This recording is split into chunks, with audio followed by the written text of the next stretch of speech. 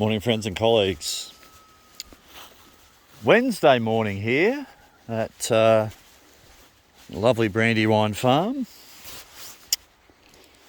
and yeah, all's right with the world and everything's a bit special out here.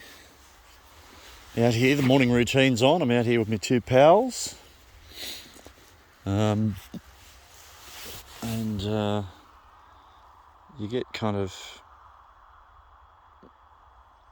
dragged out of the house by these sorts of phenomena.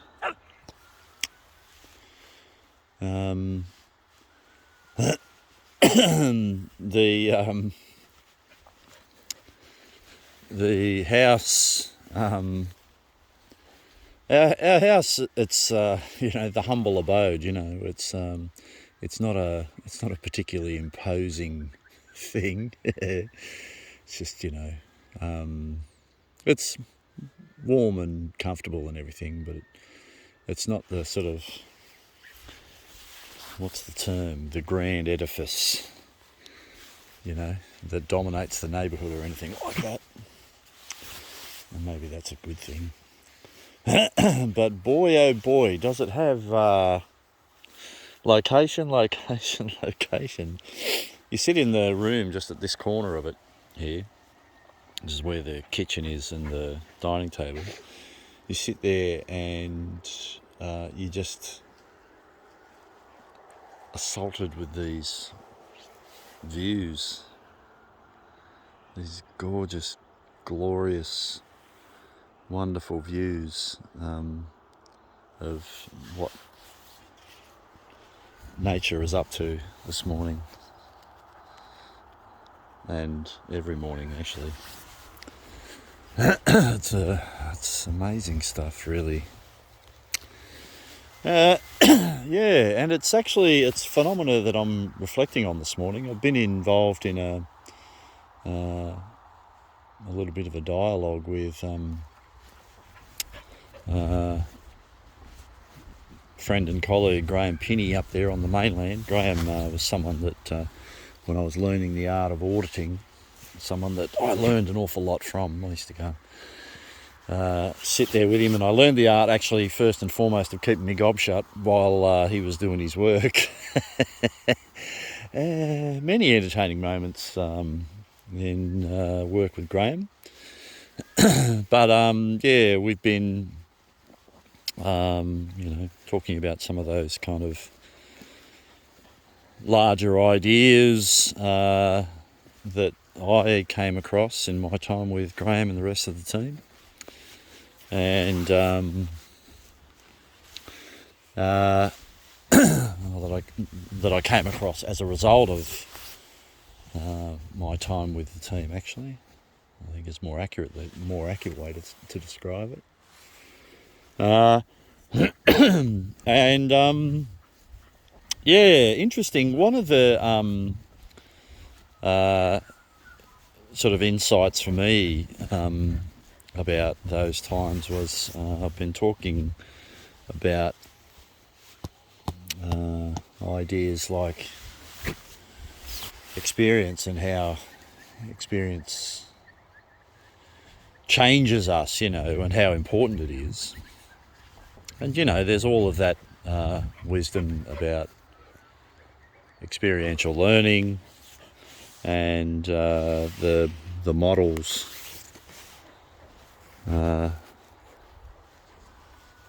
Where'd you put it, Mildred? And there's a range of models for experiential learning. I particularly like Kolb's model. Places it in a cycle. And in part, I think I like it because it reminds me a little bit of the PDSA, Plan, Do, Study, Act cycle, which applies in quality assurance. So the idea of we keep learning and we keep examining phenomena, we keep paying attention to what's going on around us. And it's a simple enough idea. Well, it's the tip of a large wisdom iceberg, that I would say, but yeah, it's a simple enough idea We plan our work. We, develop a strategy, if you like. Here's what we think we're going to do. Then we implement, we get it done, and then we study the results. Did we get it done? Were we above the line? Were we below the line? Was it a good thing? Was it a bad thing? Have we discovered something unusual? And then we act on what we learn, right? PDSA. Simple enough. But I'll tell you what, in my conversation with Graham this morning and last night, I was there thinking, actually, the important wisdom there is that I didn't know that that's what I was supposed to be doing. Actually, I think more accurately, I didn't know that that's what I was doing until I went along to Quality and got introduced to that model and a bunch of others. I'm still doing they introduced me to the Rumler-Braish model, actually. And Rumler and Braish, Geary Rumler and Alan Braish were, they introduced me to the idea of we don't actually manage the org chart, we manage the white spaces between the entries and the org chart, I think was their wisdom. Beautiful thinking. But until I went to Quality and I was introduced to these ideas, I didn't realise that the learning by experience thing was applying to me and to others. Instead, I thought the game that I was in was, I will build status and wealth for my little family by accumulating knowledge, by adding some things to my resume, by adding some letters that could go after my name, the post-nominals. And I thought that's kind of the way the world worked. I can still remember sitting with another former colleague in safety, and he was studying his PhD at the time, and I don't know why we were doing it, but we were comparing business cards, and I was looking at my business card and it just said Barry, Barry Hemmings, that's it. And I was looking at my colleague's business card and it had his name, and then it had a great big string of letters, and I remember thinking, oh my giddy aunt, look at that. Look at how much wisdom he has. And I think my colleague there, he didn't place anywhere near as much importance on it as I did. And, I came from very humble beginnings where these sorts of things really mattered. So I thought I was climbing a large mountain. And maybe that's the basis of it.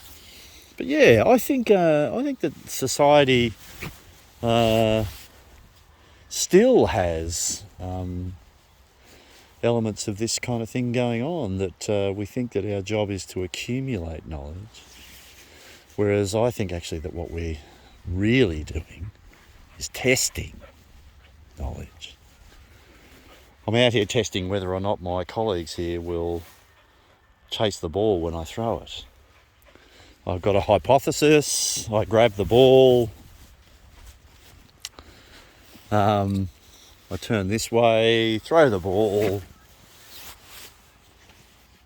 and she does. Yeah. But we test, and it goes on in so many areas. And really all that you're talking about actually, when you go along and you get wisdom from others, and I mean wisdom, true wisdom, like the farmer we were standing with on the hill on the weekend,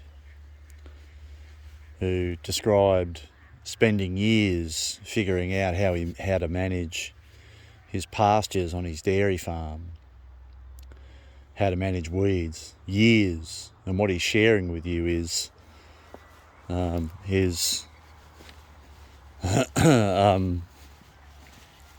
his wisdom gained through years and years of Plan, Do, Study, Act, of testing the wisdom that was passed on to him by part science, part parents, part neighbours, part society all around him.